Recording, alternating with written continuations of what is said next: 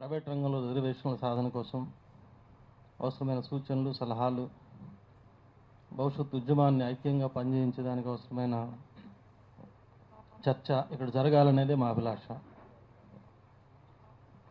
మొదటే ఒక విషయం స్పష్టంగా చేయదలుచుకుంది ఏమంటే, ఈ ఉద్యమాన్ని,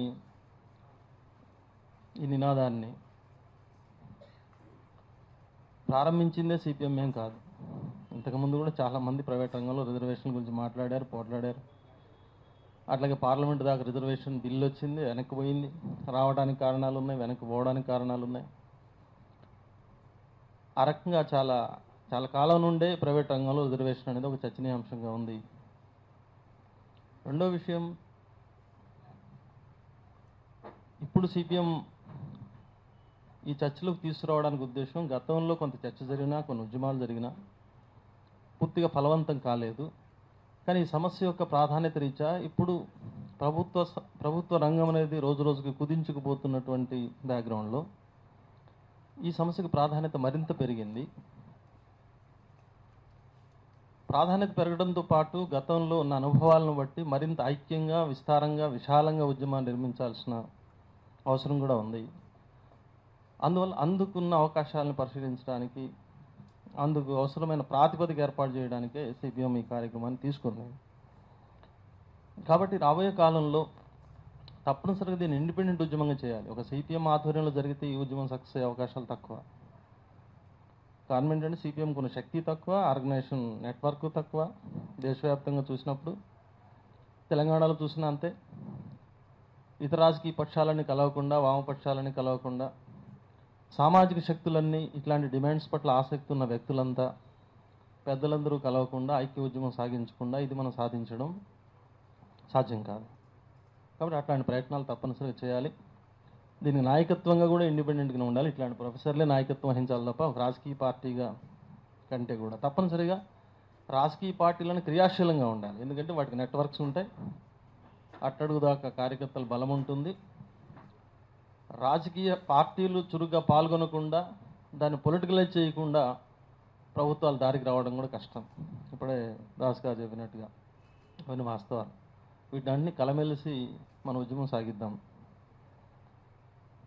తర్వాత అంశం, ఈ ప్రైవేట్ రిజర్వేషన్ అంశం తీసుకోవడంలో కొన్ని ముఖ్యమైన కోణాలు ఉన్నాయి.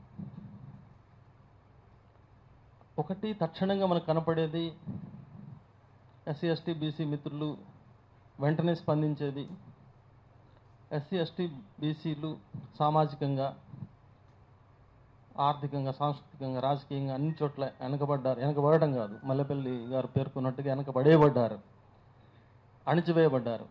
కాబట్టి అట్లాంటి శక్తులకు కొంత తోడ్పాటు ఇచ్చేదానికోసం, ఉపశమనం కలిగించేదానికోసం ఈ ప్రైవేట్ రిజర్వేషన్ చట్టం అనేది ఉపయోగపడుతుంది. కాబట్టి ఆ రకంగా వాళ్లకు ఇది బెనిఫిట్. కాబట్టి ఈ ఉద్యమం సాగించాలనేది ఇది ఒక కోణం, ప్రధాన కోణమే. కానీ ఇంకా మరిన్ని కోణాలు కూడా ఉన్నాయి దీంట్లో. ప్రైవేట్ రిజర్వేషన్ చట్టం సాధించడం ద్వారా మరొక లక్ష్యాన్ని కూడా మనం సాధించవచ్చు. ఇప్పుడే సింహాద్రి గారు చెప్పినట్టుగా ఈ క్యాస్టియస్ట్ ఫోర్సెస్ ఏవైతే ఉన్నాయో వాటిని వెనకడుగు వేయించేదానికి, ఒక దెబ్బ కొట్టేదానికోసం కూడా ఇది ఒక ముఖ్యమైన సాధనంగా పనిచేస్తుంది. అగ్రకుల శక్తులు లేదా ఆధిపత్య కులాల శక్తులు తమ పట్టు చేజారకుండా ఉంచుకునే ప్రయత్నం నిరంతరం చేస్తున్నారు. రాజకీయాల్లో, సాంస్కృతిక రంగంలో, సామాజిక రంగంలో, ఆర్థిక రంగంలో. ఇప్పుడు ఆర్థిక రంగంలో ఎన్నెన్ని పరిశ్రమల్లో ఏ కులాలు ఎట్లా పట్టు కలిగి ఉన్నాయి ప్రస్తావించారు. వాస్తవం ఇది. ప్రభుత్వ రంగంలో రిజర్వేషన్లు ఒక చట్టం తీయబడింది కాబట్టి, పెద్దలు చెప్పినట్టుగా డాక్టర్ అంబేద్కర్ పుణ్యాన ఆ చట్టం అనేది, ఆ రిజర్వేషన్, రూల్ ఆఫ్ రిజర్వేషన్ అనేది చొప్పించబడింది కాబట్టి ఇష్టం లేని శక్తులు చాలా ఉన్నాయి, క్యాస్టియస్ట్ ఫోర్సెస్. దీన్ని ఎలా ఎదుర్కోవాలి, ఎలా మైనస్ చేయాలని కోరికలో వాళ్ళు ఉన్నారు నిరంతరం. అది సాధ్యం కాలేదు. సాధ్యం కాక సైలెంట్ అయ్యారు, కానీ వాళ్ళ ప్రయత్నం మానుకోలేదు. ఇప్పుడు ఆయాచితంగా న్యూ లెవెల్ పాలసీ అమలు జరిపే ప్రక్రియ పేరుతో వీళ్ళ కోరిక నెరవేరే రోజులు వచ్చినాయి ప్రాక్టికల్గా. ఈరోజు చూడండి, ఈ క్యాస్టియస్ అగ్రకుల శక్తులు, ఆధిపత్య కులాల వాళ్ళు దాదాపుగా వాళ్ళలో లెఫ్ట్ ఉండి వ్యతిరేకించటాలు వేరు, కానీ వీళ్ళందరూ కూడా ప్రైవేటైజేషన్ను వ్యతిరేకించడం లేదు, లిబరల్ పాలసీస్ని వ్యతిరేకించడం లేదు, వెల్కమ్ చేస్తున్నారు. ఎందుకని? వాళ్ళు కోల్పోయిన ప్రభుత్వ రంగంలో రిజర్వేషన్ ద్వారా కోల్పోయినటువంటి ఆధిపత్యాన్ని ప్రైవేట్ రంగం ద్వారా సాధించవచ్చు అనేది వాళ్ళ ప్లాన్. తమ క్యాస్ట్ వాళ్ళే మొత్తం ఉద్యోగాల్లో నింపుంచుకోవాలనే కోరిక సాధ్యం కావట్లేదు ప్రభుత్వ రంగంలో. కానీ ఆ కోరికను సంపూర్ణంగా నెరవేర్చుకునే అవకాశం ప్రభుత్వ రంగమే లేకుండా చేయడం ద్వారా, ప్రైవేటైజేషన్ చేయడం ద్వారా దాన్ని సాధించుకునే అవకాశం ఉంది. ఈ కోరికను దెబ్బకొట్టడానికి మన డిమాండ్ సూటిగా పనిచేస్తుంది. అక్కడ కూడా మీ ఆటలు సాగవు అని చెప్పడానికి ఈ ఉద్యమం పనికొస్తుంది అనేది నేను చెప్పదలుచుకున్న అంశం. మరొక కోణం కూడా ఉంది ప్రైవేట్ రంగం రిజర్వేషన్ చట్టం కోరడంలో. ఈ రోజున మతతత్వాన్ని వ్యతిరేకించాలని మనం కోరుకుంటున్నాం. ఇది రాజకీయ వేదిక, అంటే రాజకీయ పార్టీ పిలిచిన వేదిక అయినప్పటికీ ఇతర రాజకీయ పార్టీలన్నింటినీ ఇష్టం వచ్చినట్టు విమర్శించే హక్కు నాకుందని అనుకోవట్లేదు ఇప్పుడు ఈ వేదికలో, ఈ సందర్భంలో. అయినా సరే మతతత్వాన్ని వ్యతిరేకించాలని మనం కోరుకుంటున్నాం. మన సమాజంలోకి మత బీజాలు, మత విద్వేషాలు రాకూడదని అందరం కోరుకుంటున్నాం. మతత్వాన్ని వ్యతిరేకించడానికి లేదా మతత్వాన్ని రిప్రజెంట్ చేస్తున్న పార్టీని బలహీనపరచడానికి కూడా ఈ ప్రైవేట్ రిజర్వేషన్ చట్టం కోరడంలో ఒక అంశం ఉంది. దానికి కూడా ఉపయోగపడుతుంది ఇది. ఇప్పటివరకు కొన్ని పొలిటికల్ పార్టీస్, ఈవెన్ లెఫ్ట్తో సహా, లెఫ్ట్లో అందరూ కాదు కొంతమంది, చేసిన ప్రయత్నం యొక్క రూపం ఏంటి? మతత్వం రాకూడదు దేశం మీదకి, ప్రమాదం ఇది, ఈ ప్రమాదం, అంత ప్రమాదం, ఇంత ప్రమాదం, ఎస్ అంత ప్రమాదమే. ఆ ప్రమాదాన్ని ఎట్లా ఓడించాలి? ఓన్లీ పొలిటికల్ యాంగిల్లో చూశారు. పొలిటికల్గా ఓడించడం అంటే ఎన్నికలు వచ్చినప్పుడు దాన్ని ఓడించాలంటే ఆడిని ఓడించాలి కాబట్టి ఇంకా మిగతా కలిసి వచ్చే అడ్డమైన శక్తులన్నింటినీ కలుపుకోవాలి, దాన్ని ఓడించాలి. వీళ్ళందరినీ కలిపి వాడిని ఓడించాలి, వాడినందరినీ కలిపి వీడు ఓడించాలి. అంటే పాలిటిక్స్లోనే మతతత్వాన్ని వ్యతిరేకించే ఒక ప్రయత్నం. ఇది సక్సెస్ కాలేదు. ఆ రూపంలో వ్యతిరేకించడానికి, ఓడించడానికి చేసిన ప్రయత్నాలు తాత్కాలికంగా ఒక ఎన్నికలోనో ఒక సందర్భంలోనూ గెలిచినట్టు కనపడినా అంతర్లీనంగా మతత్వాన్ని అడ్డుకోలేకపోయినాయి ఆ పాలసీస్. మతత్వం బ్రహ్మాండంగా పెరిగిపోయింది, దాన్ని రిప్రజెంట్ చేసే పార్టీల బలాలు పెరిగిపోయినాయి. చివరికి అబ్సల్యూట్గా వాళ్ళే అధికారంలోకి వచ్చే రోజు కూడా వచ్చేసింది. సో ఇది మార్గం కాదు. వాళ్ళు ఏదైతే సోషల్ ఇంజనీరింగ్ చేస్తున్నారో, ఇవాళ మతత్వవాదులంతా చేస్తుంది ఎంత? Minorities versus other caste. ఈ కాంట్రడిక్షన్ ముందుకు తీసుకురావడం. ప్రతి ఘటన మీరు చూడండి, దేశంలో జరిగే ఏ ఘటన కానీ, ఆఖరికి సానియా మిర్జా అంబాసిడర్ ఉన్నా ఆ మతత్వాన్ని తీసుకొస్తారు. వరంగల్ నుంచి హైదరాబాద్ తీసుకొస్తూ వికారుద్దీన్ చంపేశారన్నా దాంట్లో కూడా మతాన్ని చూపించే ప్రయత్నం చేస్తారు. పాకిస్తాన్ ఇండియా క్రికెట్ ఎవడు ఓడినా ఎవడు గెలిచినా దాంట్లో కూడా మతాన్ని చూపించే ప్రయత్నం. అంటే హిందూ వర్సెస్ ముస్లిం అనే ఒక కాంట్రడిక్షన్ని బలోపేతం చేయడం ద్వారా, బాగా షార్పెన్ చేయడం ద్వారా భారతదేశంలో రాజకీయ లబ్ధి పొందే ప్రయత్నాలు ఆ మత శక్తులు చేస్తున్నాయి. దీన్ని విస్మరించడానికి వీల్లేదు. కాబట్టి ప్రైవేట్ రంగంలో రిజర్వేషన్ చట్టం అనేది మనం ప్రతిపాదించడం ద్వారా ఆ పోలరైజేషన్ కూడా మార్చే అవకాశం ఉంది, మతత్వాన్ని వీక్ చేసే అవకాశం కూడా ఉంది. ఆ రకమైన ప్రాధాన్యత కూడా దీనికి ఉంది. ఇంకా చెప్పాలంటే మూడో కోణం కూడా ఉంది. న్యూ లిబరల్ పాలసీస్ని ఏదైతే వ్యతిరేకిస్తున్నామో, పెద్దలు చెప్పారు ప్రైవేటీకరణే వ్యతిరేకించాలి, ప్రైవేటీకరణ పోవాలి. ఎస్, సిపిఎం పార్టీ ఈ రోజున ప్రైవేట్ రంగంలో రిజర్వేషన్ నినాదం తీసుకుంది అంటే అర్థం ప్రభుత్వ రంగాన్ని కాపాడాలనే స్లోగన్ వదులుకుందనేది అర్థం కానే కాదు. అది స్పష్టం. ప్రభుత్వ రంగం కాపాడబడాలి, ప్రభుత్వ రంగం నిలబడాలి, ప్రైవేటైజేషన్ని ఎదుర్కోవాలి. డాక్టర్ అంబేద్కర్ చెప్పినట్టుగా ప్రభుత్వ రంగంలోనే పరిశ్రమలు నడవాలి, ప్రభుత్వ ఆధ్వర్యంలోనే సమిష్టి వ్యవసాయ క్షేత్రాలు నడవాలి, భూములు. ఆ రకమైనటువంటి సోషలిస్ట్ ఆశయంతో లెఫ్ట్ ఉంటుంది, మీ అందరికీ తెలుసు. కానీ నువ్వు కోరుకోవడం ఏమిటి అనేది కాకుండా జరుగుతున్నది ఏమిటి అనేది కూడా చూడాలి. నేను కోరుకుంటున్నా ప్రభుత్వ రంగం ఉండాలని, కానీ ఉంటున్నదా? దాన్ని ఆపగలిగిన శక్తిలో ఈ కోరుకునే వాళ్ళు ఉన్నారా అనేది పరిశీలించినప్పుడు వాస్తవంగా ఆ ప్రభుత్వ రంగం మిగలకుండా పోతున్నప్పుడు, ప్రభుత్వ రంగం మిగలాలి అనే మాట వరకు మాత్రమే పరిమితమై వాస్తవాన్ని గ్రహించకపోతే ఈ SC, ST, BC social forces అన్నీ నష్టపోతాయి. కాబట్టి ప్రైవేట్ రంగంలో కూడా ఇంకా చెప్పాలంటే ప్రభుత్వ రంగాన్ని కాపాడాలంటే కూడా ప్రభుత్వ రంగం నుంచి బయటపడితే ప్రైవేట్ రంగంలోకి పోతే మా ఆధిపత్యాలు నడుస్తాయి అనేది అయితే అనుకుంటున్నారు. ఆధిపత్యాలు అక్కడ కూడా నడవనుకుంటే అది ఒక మార్గం అవుతుంది ప్రభుత్వ రంగాన్ని కాపాడటానికి కూడా. అక్కడ చెక్ పెడితేనే, ప్రైవేట్ రంగంలో రిజర్వేషన్ అనే చెక్ పెడితేనే ప్రభుత్వ రంగం కూడా కాపాడబడుతుంది. ఈ రీతిగా న్యూలిబరల్ పాలసీస్లో ఉన్నటువంటి అసెన్స్ అంతా ప్రైవేటైజేషన్ ఏదైతే అనుకుంటున్నామో మనం, ఆ ప్రైవేటైజేషన్ అడ్డుకునే దానికోసం ఒక సూటైన దెబ్బ ఇప్పుడు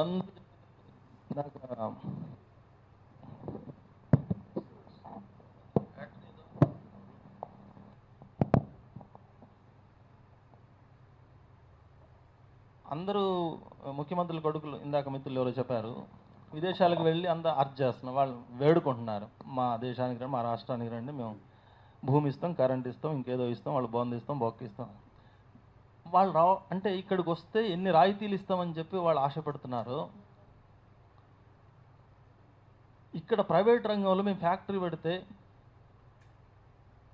ఇక్కడ ప్రైవేట్ రంగంలో రిజర్వేషన్లు ఇవ్వాల్సి వస్తుంది, చట్టం ఇక్కడ ఉంది అనే పాయింట్ ఉంటే అడ్డగోలుగా విదేశీ పెట్టుబడి వచ్చి మన దేశ సంపద దోచుకునే అవకాశం కూడా ఉండదు. న్యూలిబరల్ పాలసీస్ మీద దెబ్బ కొట్టడం కోసం ఒక విధానపరంగా న్యూలిబరల్ పాలసీస్ ఇట్లా నష్టం అట్లా నష్టం అని చెప్పడం వరకే పరిమితం కాకుండా, ప్రైవేట్ సెక్టర్ వస్తే కూడా ప్రైవేట్ సెక్టర్ ఎట్లా డెమోక్రటైజ్ కావాలో, ఇక్కడున్న క్యాస్ట్ సిస్టమ్కి ఎట్లా అడాప్ట్ కావాలో మనం చెప్పగలిగితే ఆ ప్రైవేట్ రంగానికి కూడా ఒక చెక్ పెట్టినట్టు, న్యూలిబరల్ పాలసీ కూడా ఒక చెక్ పెట్టినట్టు అవుతుంది. ఈ రకంగా చూసినప్పుడు మనం ఈరోజు కోరుతున్నటువంటి కోరికే కేవలం ఒక సెక్షన్కి లాభం చేకూర్చే కోరిక మాత్రమే కాదు, భారతదేశాన్ని మరింత డెమోక్రటైజ్ చేసేదానికి, మన ఆర్థిక స్వావలంబత్వాన్ని కాపాడుకునే దానికోసం కూడా చేస్తున్నటువంటి డిమాండ్గా మనం అర్థం చేసుకోవాలేమో అనేది నాకు నా అభిప్రాయం. మీరు కూడా ఈ అభిప్రాయాన్ని పరిశీలించాలని కోరుతున్నాను. ఒకటి రెండు మాటలు సిపిఎం గురించి, ఈ నిర్ణయానికి రావడంలో ఉన్న మరికొన్ని కోణాల గురించి కూడా చెప్పి ముగిస్తాను. గతం నుంచి రిజర్వేషన్ ఉద్యమాలు వచ్చినప్పుడు, ఎందుకంటే పెద్దలు ప్రస్తావించారు కాబట్టి,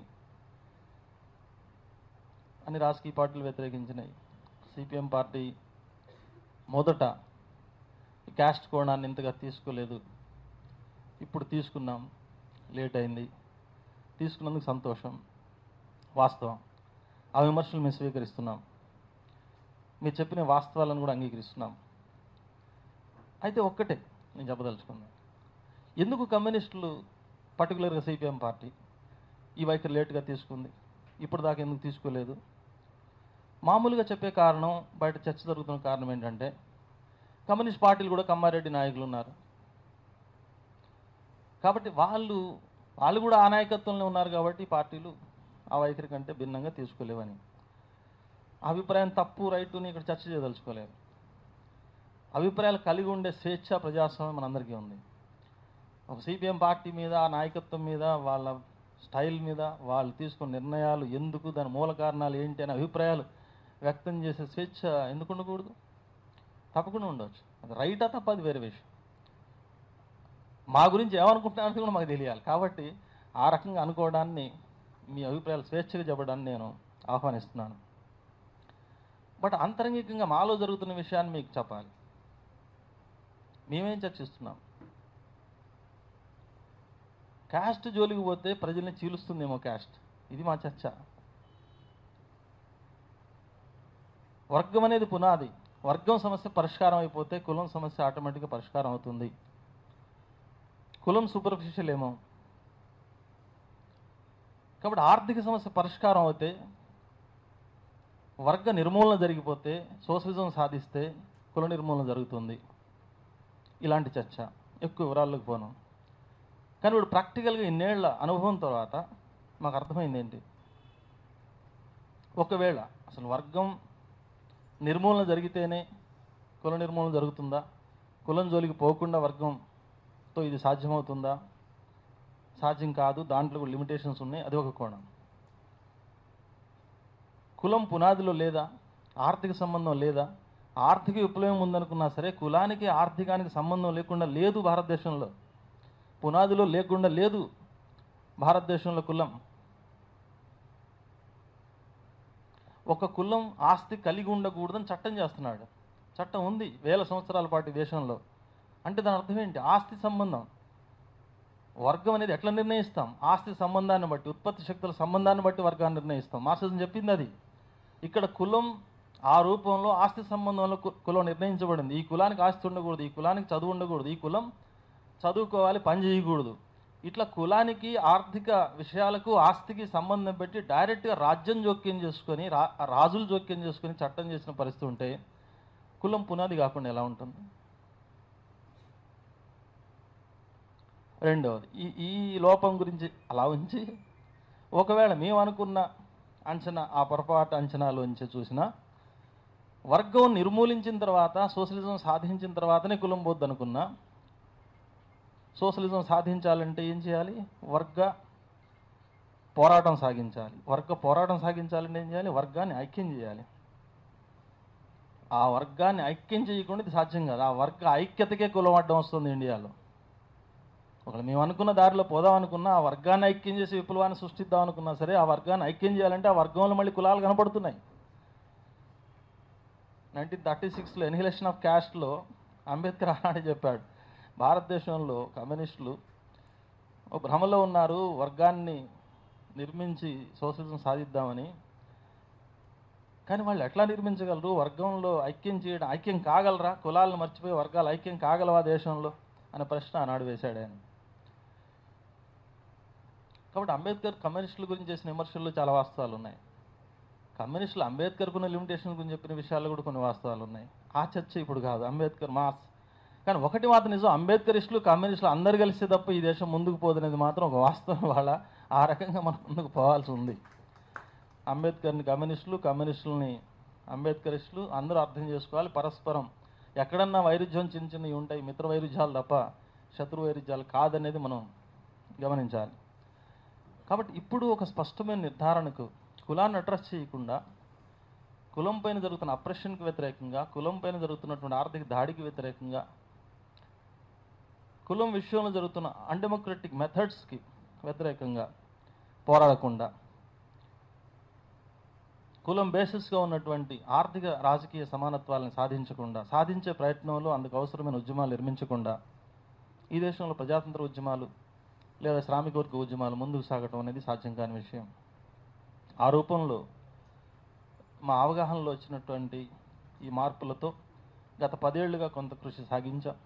అది ఒక రూపంలో సాగించాం, కుల వివక్ష వ్యతిరేక పోరాట కమిటీ రూపంలో. ఇటీవల కాలంలో ఆ రూపం యొక్క అనుభవాన్ని కూడా 10 సంవత్సరాలు పరిశీలించిన తర్వాత ఇంకొంచెం స్పష్టమైన రూపంలో ఉద్యమంలోకి వెళ్ళాలి అనేది ప్రస్తుతం ఆలోచిస్తున్నాం. ఇది మేము తీసుకున్నటువంటి ఉద్యమానికి ఉన్న నేపథ్యం. దీన్ని సహృదయంతో అర్థం చేసుకోవాలని కోరుతున్నాను.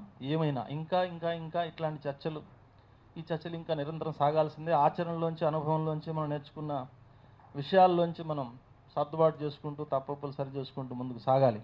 ఏమైనా ఇవాళ భారతదేశంలో లేదా తెలంగాణ రాష్ట్రంలో ఉన్న ప్రత్యేక పరిస్థితి, తెలంగాణ రాష్ట్రంలో కూడా కొన్ని ప్రత్యేక పరిస్థితులు ఉన్నాయి. ఇక్కడున్న కులాలు, పరిస్థితులు, తెలంగాణ రాష్ట్రం ఏర్పడిన తర్వాత ఎస్సీ, ఎస్టీ, బీసీ, మైనారిటీ ఈ శక్తుల స్థానం, ఇవాళ ఈ శక్తులకు జరుగుతున్నటువంటి అన్యాయం, ప్రస్తుత పాలక వర్గాలు ఈ శక్తులకు ఇచ్చిన వాగ్దానాలు, వాటిని ఉల్లంఘిస్తున్నటువంటి తీరు, భవిష్యత్తులో వాటిని పాటిస్తారా లేదా అనే దాంట్లో ఉన్న మన అసెస్మెంట్, ఈ అన్ని కోణాల్లో చూసినా సరే ఈ రకమైన నినాదాలు, ఈ రకమైన ఉద్యమాలు, ఈ రకమైన ఐక్యతలు మనం మరింతగా ప్రయత్నం చేయాల్సిన అవసరం ఉందని మేము భావిస్తున్నాం. అందుకు సిపిఎం పార్టీ ఏదో టెంపరీగా ఒక నినాదం ఇచ్చి ఒక 10 రోజులు 5 రోజులు క్యాంపెయిన్ చేసి ఆ తర్వాత మేము కూడా చేశాం అనిపించుకోవడానికి మాత్రం కాదు. ఖచ్చితంగా దీని లోతుల్లోకి వెళ్ళడానికి తెలంగాణ రాష్ట్రంలో, ఒకవేళ దేశమంతటా ఇది చేయగలిగే శక్తి ఒక్కొక్క చోట తక్కువ ఉండొచ్చు, ఎక్కువ ఉండొచ్చు. ఈ దేశమంతా చట్టం వస్తే మంచిదే. దేశమంతా చట్టం రాకపోయినా సరే ఒక రాష్ట్రంలో కూడా చట్టం సాధించగలిగే అవకాశం ఉంది. రెండింటికి కూడా ప్రైవేట్ రిజర్వేషన్ అనేది ఇందాక పెద్దలు చెప్పినట్టుగా మహారాష్ట్రలో చట్టం ఉంది, మన రాష్ట్రంలో కూడా చట్టం సాధించే అవకాశం ఉంది.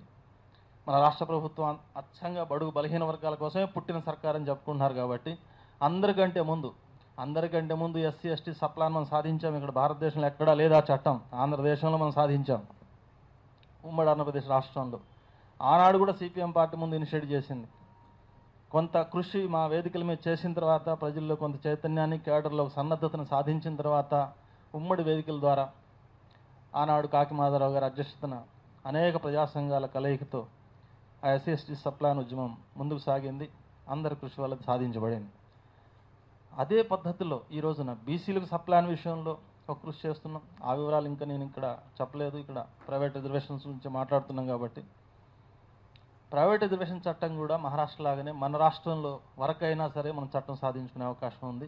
అయితే ఇప్పుడు బీసీ ప్రధానమంత్రి ఉన్నాడు కాబట్టి కేంద్రంలో ఆయన చొరవ చేస్తారని ఆశిద్దాం. సరే, మతత్వం, విమర్శలు, మంచి చెడు, ఇతర విషయాలు ఎట్లా ఉన్నా ఆ కోణంలో కూడా కొంతమంది చర్చ చేస్తున్నారు కాబట్టి బీసీ ప్రధానమంత్రి మరి అత్యున్నత రాజకీయ అధికారం అది. దేశంలో దానికంటే మించిన పవర్ ఏమి లేదు ప్రధానమంత్రి. ఆ పవరే ఇప్పుడు బీసీ నాయకుడికి ఉంది. కాబట్టి బీసీ సప్లాన్ చట్టాన్ని సాధించేదానికి అది కూడా ఏమైనా ఉపయోగపడుతుందేమో తప్పనిసరిగా మనం ప్రయత్నం చేయాల్సి ఉంటుంది. ఒకవేళ అక్కడ కాకపోయినా సరే మన ముఖ్యమంత్రి కేసీఆర్ గారు ఉన్నాడు. ఇక్కడ అట్టడుగు ప్రజల పట్ల ఎంతో ప్రేమ కనపరుస్తున్నాడు. ఆచరణలో ఉందా లేదా అని తేల్చడానికి కూడా ఒక అవకాశం ఇది. కాబట్టి తెలంగాణ రాష్ట్రంలో అయినా సరే నాకు సంపూర్ణ విశ్వాసం ఉంది. ఇక్కడున్న ప్రజలు, ఇక్కడున్న పోరాట పటిమ, ఇక్కడున్న రాజకీయ పక్షాలు, ఇక్కడున్న సంఘాలు, ఉద్యమాలు, సామాజిక ఉద్యమాలు, ప్రత్యేకించి మనకున్న మేధో సంపద చాలా గొప్పది ఉంది తెలంగాణలో. ఎస్సీ, ఎస్టీ, బీసీలకు సంబంధించినంత వరకు వీళ్ళందరి కలయికతో తప్పనిసరిగా తెలంగాణ రాష్ట్రంలో మనం మంచి చట్టాన్ని సాధించుకుంటాం. అది ఎంతో కాలం పట్టదు, 2-3 సంవత్సరాల లోపే అది సాధిస్తామనే విశ్వాసం ఉంది. దానికి సిపిఎం పార్టీ చివరంట నిలబడి పోరాడుతుంది, ఉమ్మడి వేదికల్లో కలిసి వ్యవహరిస్తుందని చెప్పి మీ అందరికీ తెలియజేస్తూ సెలవు.